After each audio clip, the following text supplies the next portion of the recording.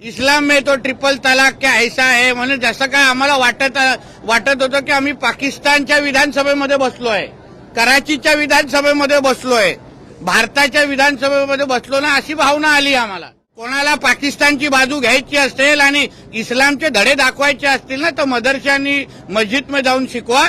विधानसभेमध्ये येऊन या सगळ्याची बाबतीची लेक्चर आम्हाला द्यायचे नाही, ही आमची सगळ्यांची भूमिका आहे. आझमीला खरंच म्हटलं तर खरंच वेळेत पाकिस्तान पाठवण्याची वेळ आलेली आहे, खुर्ची सकट. नाहीतर त्याला काय आता इथे जास्त इथे ठेवून इथे तो घाण करल्याशिवाय दुसरं काय करणार नाही. आमच्या हिंदू धर्माची बदनामी करत असेल तर त्यांनी राजीनामे देऊन डायरेक्ट पाकिस्तानात निघून जावं. जो विचारलेली जी लक्षवेधी होती, जे आमच्या फरांदे ताई आमदारांनी विचारलेली, मुस्लिम महिलांवर झालेला अत्याचार आणि त्या संबंधित झालेला GR आणि त्याला संबंधित आमचे मंत्री योगेश कदमजी अतिशय समर्पक असं उत्तर देत असताना, या आम्ही जे वारंवार गजवाय हिंद चा मी उल्लेख करतो आम्ही, की जिथे या हिंदू राष्ट्राला इस्लाम राष्ट्र बनवण्याचे जे मनसुबे आहेत त्याचे काही चित्र आज विधिमंडळामध्ये बघायला मिळालं. म्हणजे एका बाजूला जो काही त्या मुस्लिम महिलांना फोनवर बोलून तलाक तलाक तलाक सांगून त्यांचं आयुष्य संपवलं गेलं, त्यांच्यावर अत्याचार झाला, त्यांना न्याय देणं बाजूलाच राहिलं. पण इस्लाम में क्या लिखा है, इस्लाम में तो ट्रिपल तलाक क्या ऐसा है म्हणून जसं काय आम्हाला वाटत होतं की आम्ही पाकिस्तानच्या विधानसभेमध्ये बसलोय, कराचीच्या विधानसभेमध्ये बसलोय, भारताच्या विधानसभेमध्ये बसलो ना, अशी भावना आली आम्हाला.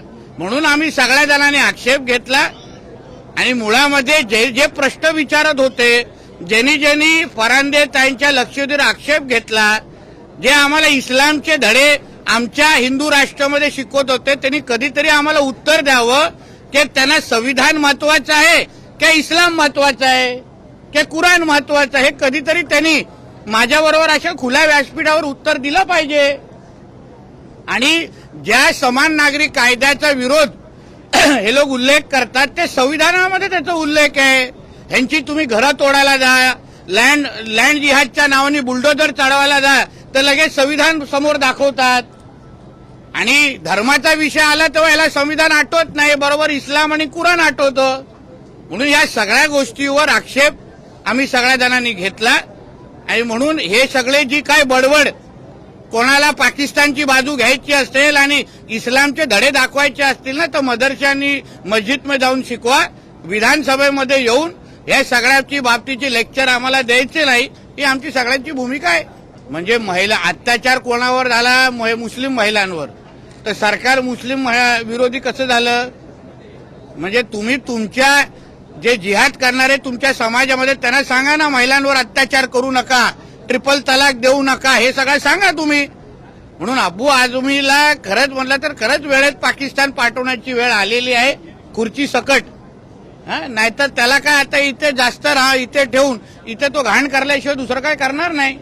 असं आहे की जेव्हा धर्माचा जेव्हा विषय येतो ना, तेव्हा राजकारण, पक्षाचा झेंडा, आम्ही कुठल्या पक्षाचे कार्यकर्ते आहोत, कुठल्या महायुतीमध्ये, हे कुठलंच कोण मोजणार नाही. आमच्यासाठी आमच्या धर्माची अस्मिता महत्वाची. धर्मावर कोणीही अगर आघात केला, कोणी अंगावर आलं, तर आम्ही बीजेपी, काँग्रेस, शिवसेनाचे कार्यकर्ते नंतर पहिलं हिंदू म्हणून त्या लोकांना चोख उत्तर देणे ही आमची जबाबदारी आहे.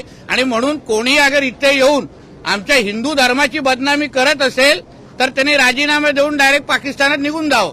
डॉक्टर ओजस मयूर शहा यांचे smiles 32 absolute solution for dentistry. उपलब्ध सुविधा: रूट कॅनल ट्रीटमेंट, दात साफ करणे, अक्कल दाढेची शस्त्रक्रिया, कायमस्वरूपी दात बसवणे, इम्प्लांट, कवळी बसवणे, स्माइल डिझाईन, दातांना तार बसवणे, कंपोजिट फिलिंग.